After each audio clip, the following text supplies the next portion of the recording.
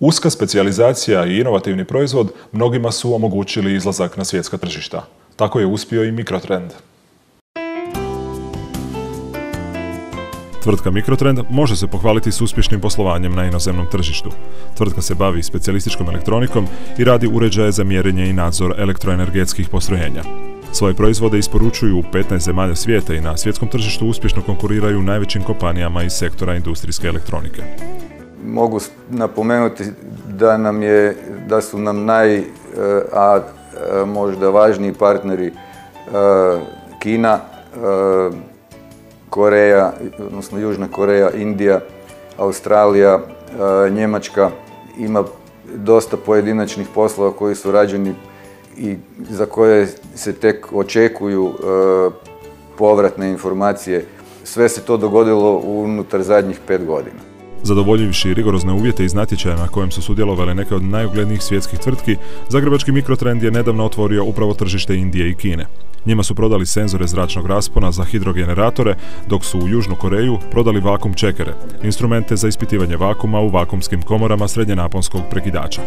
Recimo natječaj za Indiju koji je bio za senzore zračnog raspona za generatore za novu elektranu koju indijska država, odnosno vlada, financira i gradi na sjeveru Indije na granici sa Nepalom.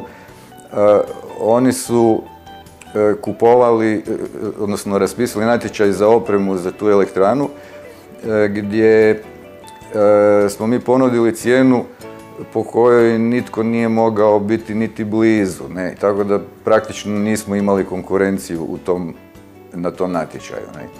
Sofisticirani proizvodi nastali u Hrvatskoj uspješno konkuriraju najvećima, a posebnost proizvodnje je u brzoj prilagodbi zahtjevima naručitelja. Vođeni tom formulom, dogovorili su s tamošnjim lokalnim predstavnicima u Indiji, Kini i Južnoj Koreji zastupanje Mikrotrenda. Kina je posebno interesantna jer je velika zemlja sa velikim potrebama, sa velikom moći kupovnom, ali za nju je specifično, kao i za cijelu Aziju, da imaju iznimno niske cijene nabavne.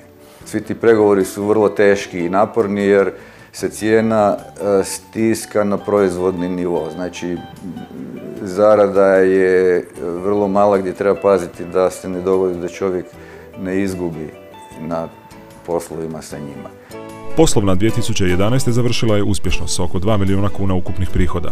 Za 2012. očekuju jednak iznos, napominjući da bi i to bio uspjeh uzme li se u obzir gospodarska kriza. Recesija u Hrvatskoj je naravno jako izražena u svim firmama, pogotovo u malim firmama.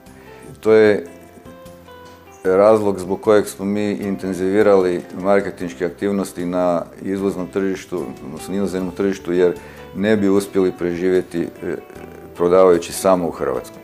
Na svjetskom tržištu je recesija praktično uvijek prisutna, samo se seli iz regije u regiju. To je normalna svakodnevica svih izvoznih tvrtki da konkuriraju na vrlo teškim, odnosno pod vrlo teškim uvjetima gdje se traži uvijek najniža cijena, najveća kvaliteta i zadovoljiti sve ostale uvjete koje kupac postavlja. Biti najkvalitetniji i pritom najjeftiniji u svom proizvodu, Mikrotrendova je vizija uspjeha. Oni koji to uspijevaju, dugoročno će ostati na tržištu.